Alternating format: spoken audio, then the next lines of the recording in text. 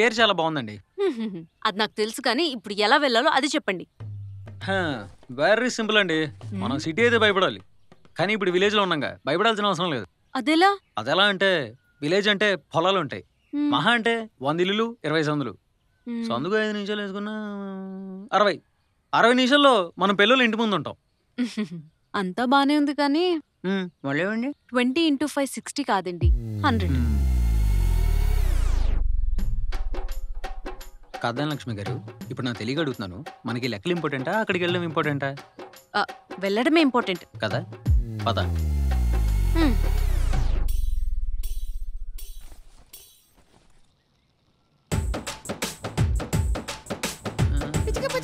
ఏంటండి ఊర్లో సిగ్నల్స్ రావా?